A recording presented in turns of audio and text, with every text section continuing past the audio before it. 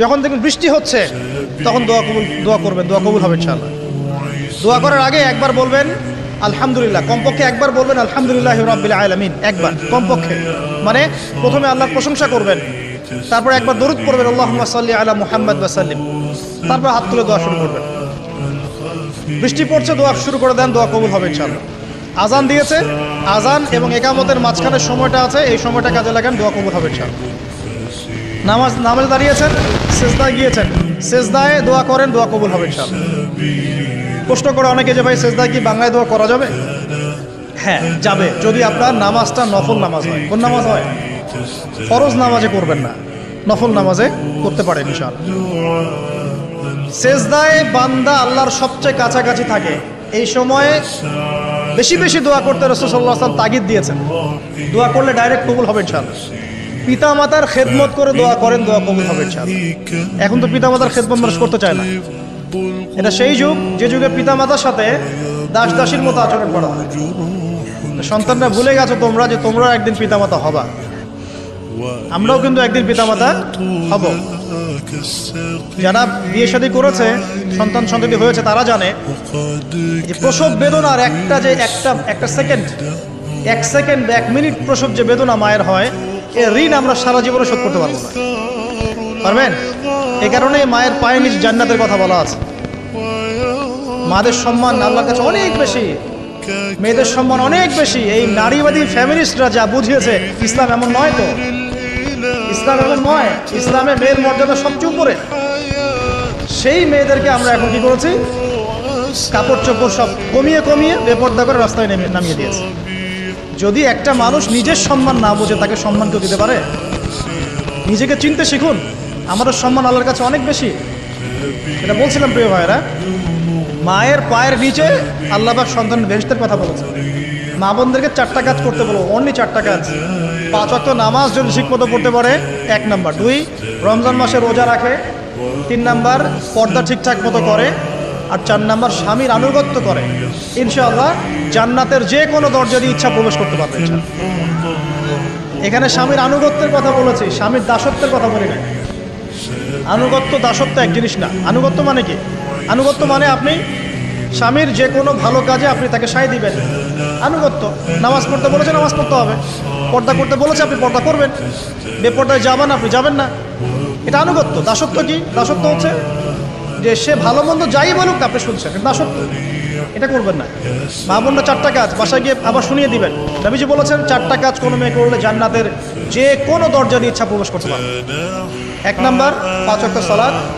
2 number, Ramzan মাসের সওম রোজা। 3 number, পর্দা ঠিকঠাক মতো করবেন, লজ্জাস্থানের হেফাজত। এবং 4 নাম্বার, স্বামীর আনুগত্য করা। মায়ের খেদমত করে দোয়া করেন, দোয়া কবুল হবে ইনশাআল্লাহ। বাবার খেদমত করে দোয়া করেন, দোয়া কবুল হবে ইনশাআল্লাহ। কোরআন তেলাওয়াত করে দোয়া করেন, দোয়া কবুল হবে ইনশাআল্লাহ। মনে করেন শেষ রাতে উঠেছেন, মানে শেষ রাত বলতে বোঝাচ্ছি এই ধরেন যে 2টার পর থেকে, এখন 2টা 2:30টার পর থেকে নিয়ে ফজর পর্যন্ত শেষ রাতে উঠেছেন। এই সময় আপনি যা দোয়া করবেন ইনশাআল্লাহ কবুল হবে।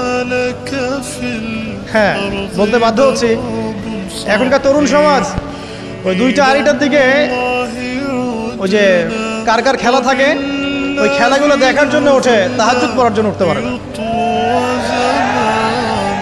অথচ আল্লাহ পাক বলছেন কি, যে শেষ রাতে আল্লাহ পাক প্রথম আসমানে নেমে আসেন এবং আহ্বান করেন, কে আছো আমার কাছে কিছু চাইবে আমি দিব, কে আছো আমার কাছে রিজিক চাইবে দিব, কে আছো আমাকে ডাকবে আমি তোমার ডাকে সাড়া দিব, কে আছো আমার কাছে ক্ষমা চাইবে আমি তোমাকে ক্ষমা করে দেব। প্রিয় যুবক ভাইরা, আল্লাহকে মূল্যায়ন করতে শেখুন। এই সময়গুলোতে দোয়া করলে ইনশাআল্লাহ তাআলা আপনার দোয়া কবুল হবে। সবচেয়ে ইম্পর্টেন্ট হচ্ছে এটা, যেটা আমরা প্রত্যেকদিন পড়ি, প্রায় 17 রাকাত নামাজ পড়ি আমরা, ফরজ নামাজ। শুধু ফরজ নামাজের কথাই বলছি। এখানে আপনি 34টা সেজদা করেন। 17 রাকাত ফরজ, 34টা সেজদা করেন। প্রত্যেক সেজদায় যদি একটা করে দোয়া করতে পারেন ইনশাআল্লাহ আল্লাহ আপনার দোয়া কবুল করার কিছু জায়গা বলে দিলাম। বেশি বেশি দোয়া করতে হবে। আমরা উম্মার অবস্থাগুলোকে বুঝতে শিখব। এখানে এই 3 ব্যক্তি, এটা বলে আমি শেষের দিকে যাচ্ছি, একটু ধৈর্য ধরেন। এই 3 ব্যক্তি পড়ে গেছে গুহার মধ্যে। আমি বলছিলাম জেনা ছেড়ে দিলে তোমার দোয়া আল্লাহ পাক ডাইরেক্ট কবুল করবে ইনশাআল্লাহ। কিভাবে? এই দলিল দিচ্ছিলাম যে তারা বলছে আমাদের তো কোনো, আমাদের নেক আমল যা আছে এটা দিয়ে দোয়া করতে হবে, কোনো অপশন তো নাই বের হওয়ার।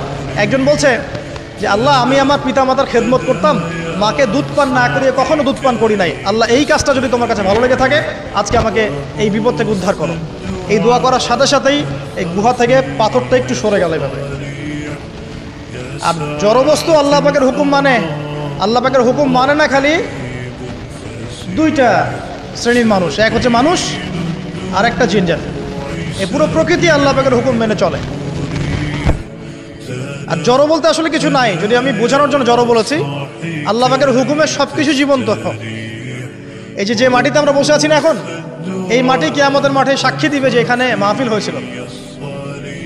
হ্যাঁ, ওইখানে বসে তুমি টিকটক করেছো, লেকচার শুনো নাই ভালো করে। একটা মাহফিলে যাচ্ছিলাম, দেখলাম যে এখন স্টেজে উঠি নাই, ওই সুযোগে দেখলাম যুব সমাজ রাস্তার পাশে দাঁড়িয়ে সিগারেট খাচ্ছে, ব্রেক নিচ্ছে আর কি, চা সিগারেটের ব্রেক। হুজুর আসলে আলোচনা শুনবো। এখানে এসে যদি আমরা মানে কোরআন সুন্নাহর বাইরে কোনো কাজ করি, এই মাটি আবার সাক্ষী দিবে। এটা দলিল কোথায় আছে? সূরা জিলজাল পড়ে দেখবেন। সূরা জিলজালের মধ্যে দলিল আছে যে আল্লাহ পাকের হুকুমে এই জমিন কথা বলবে ইনশাআল্লাহ, আল্লাহ পাক হুকুম করবে। জি, তো একটু সরে গেল ওই পাথর, তারপরের ব্যক্তি দোয়া করছে, আল্লাহ আমার একজন কাজের লোক ছিল, সেই কাজের লোক কিছু টাকা পেত, টাকা না নিয়ে বেচারা চলে গেছে, আমি ওই টাকা দিয়ে কিছু পশু কিনেছি, এই পশুগুলো কিনে আমি পালন করেছি, অনেক দিন পর সেই ব্যক্তি এসেছে আমার টাকা দাও। তখন আমি বলেছিলাম যে এই যতগুলো পশু দেখছো সব তোমার। সেই লোক বলছে আমার সাথে কি ঠাট্টা করছো? বলছে না, ঠাট্টা করছি না, তোমার টাকা দিয়ে আমি পশু কিনেছিলাম, এই প্রজনন হতে হতে হতে আজকে এতগুলো হয়েছে, সব তোমার, নিয়ে যাও। আল্লাহ কলিজা দেখেন, আসলে দান করার জন্য কলিজা লাগে, টাকা লাগে না। আল্লাহর পথে দান করার জন্যে কলিজা লাগে, টাকা লাগে না। আর কিছু মনে করবেন না, আমি বিভিন্ন মাহফিলে যাচ্ছি, একটা কমন দৃশ্য দেখি এই কালেকশনের। আমার জানা নাই যে এভাবে নাম লিখিয়ে কোনো কালেকশন নবীর যুগ থেকে হয়েছে, আমার জানা। বরং কতটুক দিয়েছে এটা গোপন রাখলেই ভালো। কে দিয়েছে, কত দিয়েছে জানানোর কোনো দরকার নাই, দিয়েছে নিয়ে চলে আসবেন, শেষ। আমরা কাকে সন্তুষ্ট করার জন্য দেই? আল্লাহ জানলেই তো যথেষ্ট, কি দরকার জনগণ জানতেই হবে আমি 5,000 টাকা দিয়েছি? এতে আমার লাভটা কি? নেকি উল্টারও কমে গেল। উল্টা 7 শ্রেণীর মানুষ, একটা হাদিস আছে, 7 শ্রেণীর মানুষ কিয়ামতের মাঠে আরশের ছায়া পাবে। কিসের ছায়া পাবে? আরশের ছায়া, যে ছায়া ছাড়া কোনো ছায়া থাকবে না।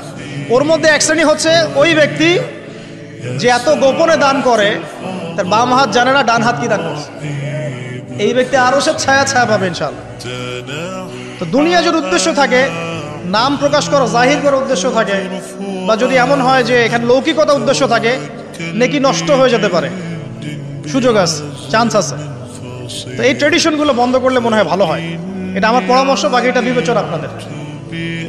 আর এই ব্যক্তি বলছে আমি এই সব কিছু দান করে দিয়েছি। দেখেন, দান করতে কি লাগে? কলিজা লাগে, টাকা লাগে না কিন্তু। আসলে দান করতে কলিজা লাগে। অনেক রিক্সাওয়ালাকে দেখেছে আমরা, 100 টাকা দান করে দিল, মসজিদের জন্য দান চাচ্ছে, 100 টাকা দান করে দিল। আর অনেক দেখুন বিত্তশালী, ঢাকা শহরে যাচ্ছি বনানী গুলশান দিয়ে, দান করতে চাইলে 2 টাকা দিচ্ছে, 5 টাকা দিচ্ছে, এমন হয় না? দান করতে কলিজা লাগে। আর একটা কথা মনে রাখবেন, আপনি যত দান করবেন আল্লাহ আপনাকে তত বেশি দিবেন ইনশাআল্লাহ। আল্লাহ পাকের খাজানা যে এত প্রচুর, আপনি দান করলে কমে যাবে এই চিন্তাই করবেন না কখনো। তবে সবচেয়ে সেরা দান কোনটা জানেন?